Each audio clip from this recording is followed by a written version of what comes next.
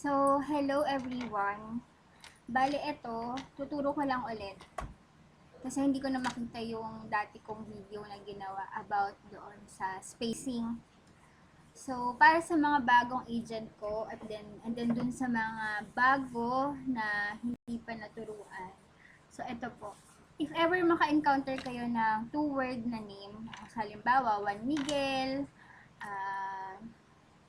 ano pa ba, Mark Ryan, kasi pag in-input nyo po siya dire-diretso, hindi po talaga malalagyan ng space. So, ito, may current booking ako na 2 names. So, gawin ko siya, pakita ko sa inyo. So, yung client ko is Paulo Antonio. Ayan.